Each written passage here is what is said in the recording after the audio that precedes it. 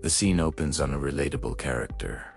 Let's call her Maya. We see a quick montage of her phone screen, scrolling endless job postings that all require 3 to 5 years of experience for an entry-level role. A dozen tabs open, comparing different online certifications, and a text bubble to a friend that just says, "I'm so stuck.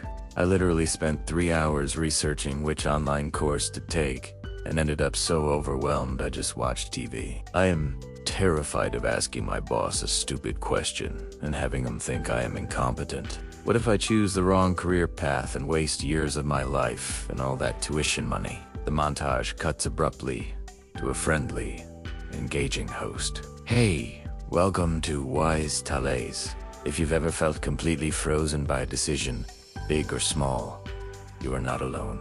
It's a silent struggle that a huge part of our generation is facing. We're trapped in something called analysis paralysis, and it's not some personal failing. It's the result of a psychological cocktail we've been handed, a mix of infinite data, very real economic anxiety, and this deep-seated fear that one wrong move could derail everything. Today, we're going to break down why this happens and, more importantly, figure out what we can actually do about it. The problem: drowning in data, starving for wisdom. We're the first generation that grew up with the entirety of human knowledge right in our pockets. Any question, from what's the best coffee maker to what's the best career for my personality, seems to have an answer just a few taps away.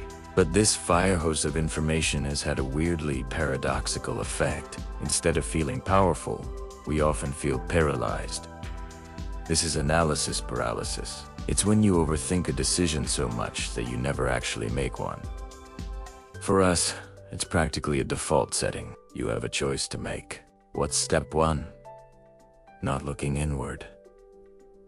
It's research. You open a dozen tabs, binge watch hours of YouTube reviews, and scroll through Reddit threads, all in a hunt for a perfect, data-backed answer that guarantees success. But here's the catch. For the questions that really matter: what should I study? Should I take this job? Should I move to this city? A perfect, risk-free answer just doesn't exist. We are drowning in data, but starving for wisdom. We have access to millions of opinions, but we struggle to trust our own. This endless search for certainty has created a generation that will hesitate to ask a real person a simple question, because we feel like we should already have the answer.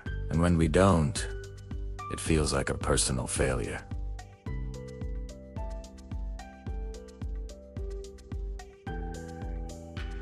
At the core of this paralysis is a fundamental shift in how we see the world. Instead of trusting our gut, the habit is to look for external validation first. Think about it. We've been conditioned to find answers online for as long as we can remember. Not sure how to do something? There's a tutorial for that. Wondering if a product is any good? Check the reviews. Our brains have been trained to outsource trust. A decision doesn't feel safe or real until it has been co-signed by countless strangers online. This creates a dangerous loop. We don't trust our own judgment, so we seek data. The data gives us endless, often contradictory, options, which makes us feel even more uncertain. That uncertainty then proves to us that we can't trust ourselves, sending us right back to Google in a desperate search for a guarantee that isn't coming. We are so busy looking for the right answer that we've forgotten how to simply make an answer right for us.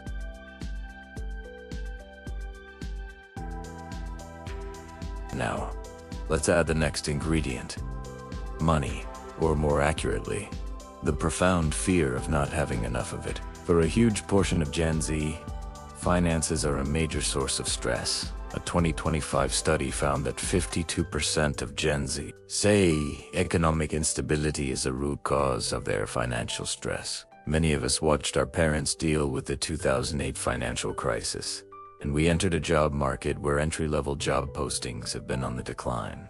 This isn't just some vague worry. It has real-world consequences for our decision-making. The stakes feel impossibly high.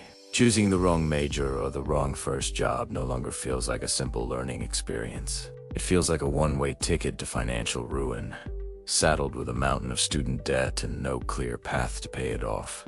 This economic pressure feels a desperate need for every choice to be the perfect one, the one that leads to the highest salary and the most security. Nearly 4 in 10 Gen Z members report feeling depressed and anxious about their finances every single week. We hesitate to ask questions at work because asking a question admits you don't know something. In this high-stakes game, we feel like we can't afford to seem anything less than perfectly competent from day one.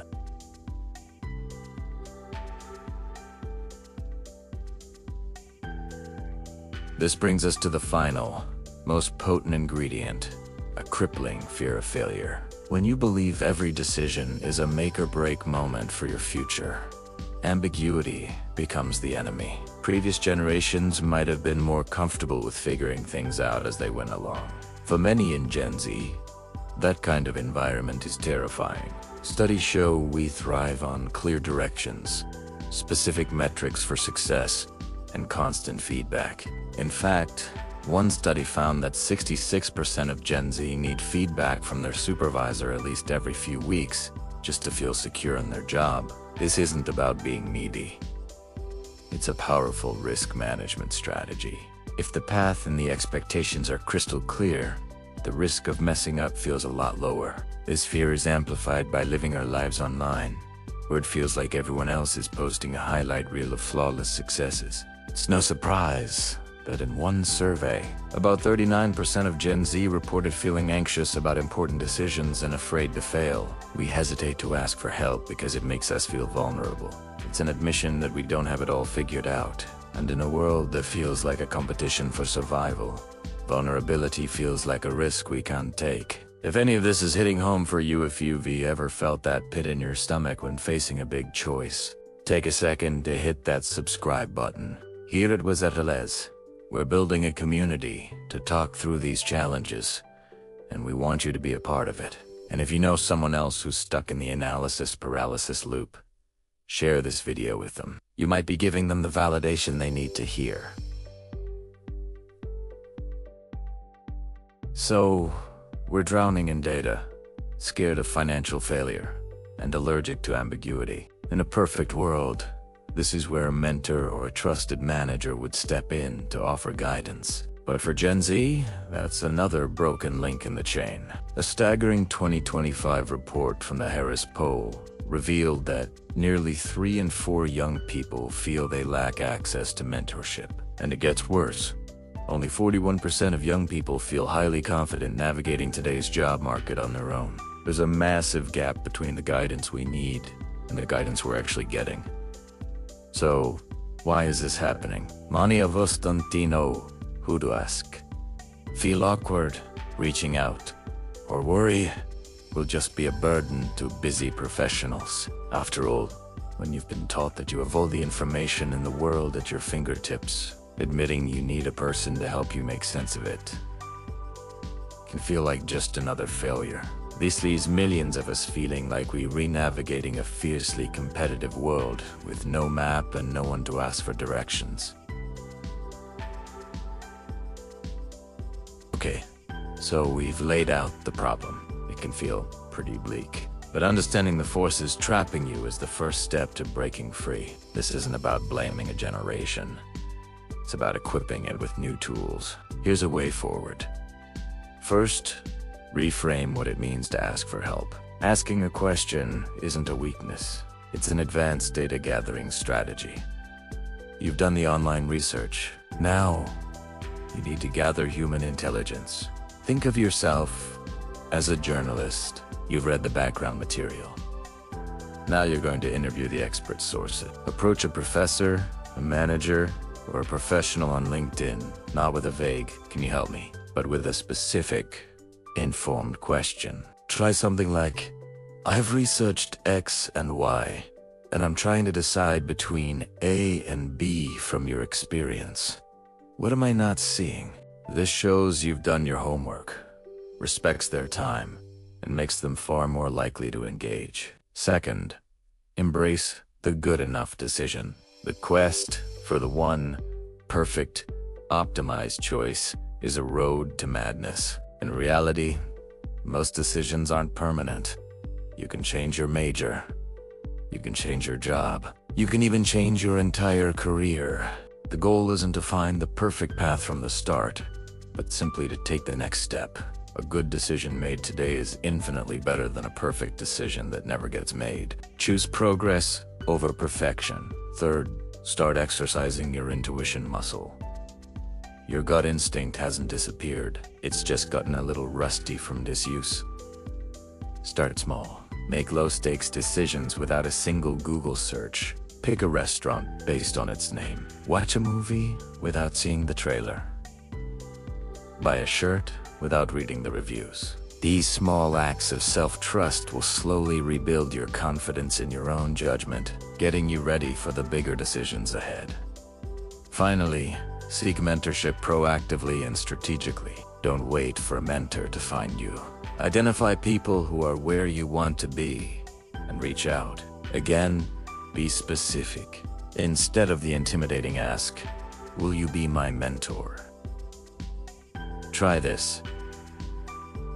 "Hi, I really admire your career path. Would you be open to a 15-minute virtual coffee? I have a couple of specific questions about your experience in the industry."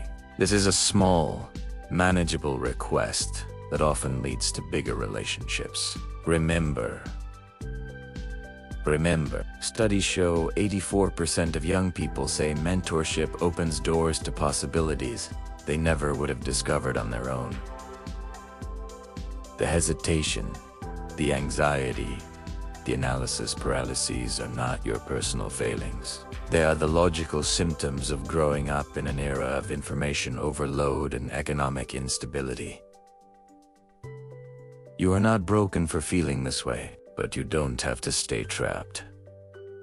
By understanding the forces at play, you can start to push back. You can learn to balance data with human connection, to value progress over perfection, and to slowly rebuild the trust in your own voice. The world is uncertain, and the future is not guaranteed. And while that's a terrifying thought, it can also be a liberating one.